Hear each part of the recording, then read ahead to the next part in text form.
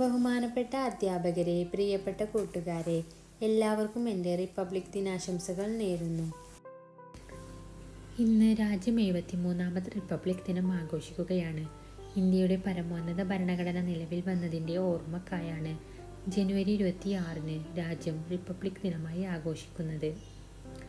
1947 August 15-ന് India സ്വതന്ത്രമായെങ്കിലും ഭാരതം ഒരു പരമാധികാര രാഷ്ട്രമായത് 1950 ജനുവരി 26-നാണ്. അന്നു തന്നെയാണ് നമ്മുടെ ഭരണഘടനയും നിലവിൽ വന്നത്. ഇന്ത്യ ബ്രിട്ടീഷ് ഭരണത്തിൽ നിന്ന് സ്വാതന്ത്ര്യം നേടിയതിനു ശേഷം ഡോക്ടർ BR അംബേദ്കർ ചെയർമാനായ ഡ്രാഫ്റ്റിംഗ് കമ്മിറ്റി ഭരണഘടന തയ്യാറാക്കി. ബ്രിട്ടീഷുകാരുടെ ഗവൺമെൻറ് ഓഫ് ഇന്ത്യ ആക്ടിനെ പിൻവലിച്ച് ജനുവരി 26-ന് ഇന്ത്യയുടെ ഭരണഘടന രാജ്യമെമ്പാടും നിലവിൽ വന്നതോടെയാണ് ഇന്ത്യ ഒരു സ്വതന്ത്ര പരമാധികാര സോഷ്യലിസ്റ്റ് മതനിരപേക്ഷ ജനാധിപത്യ റിപ്പബ്ലിക്കായി മാറിയത്. ഒരു ഭാഷയും ഒരു സംസ്കാരവും ഒരു ജനതയുമല്ല, മറിച്ച് പല ഭാഷകളും പല സംസ്കാരങ്ങളും പല ജനതകളുമാണ് ഇന്ത്യയുടെ സവിശേഷത.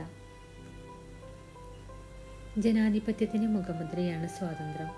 ജീവനും അഭിപ്രായത്തിനും മതത്തിനും ഒക്കെയുള്ള സ്വാതന്ത്ര്യം നമ്മുടെ ഭരണഘടന ഉറപ്പു തരുന്നുണ്ട്.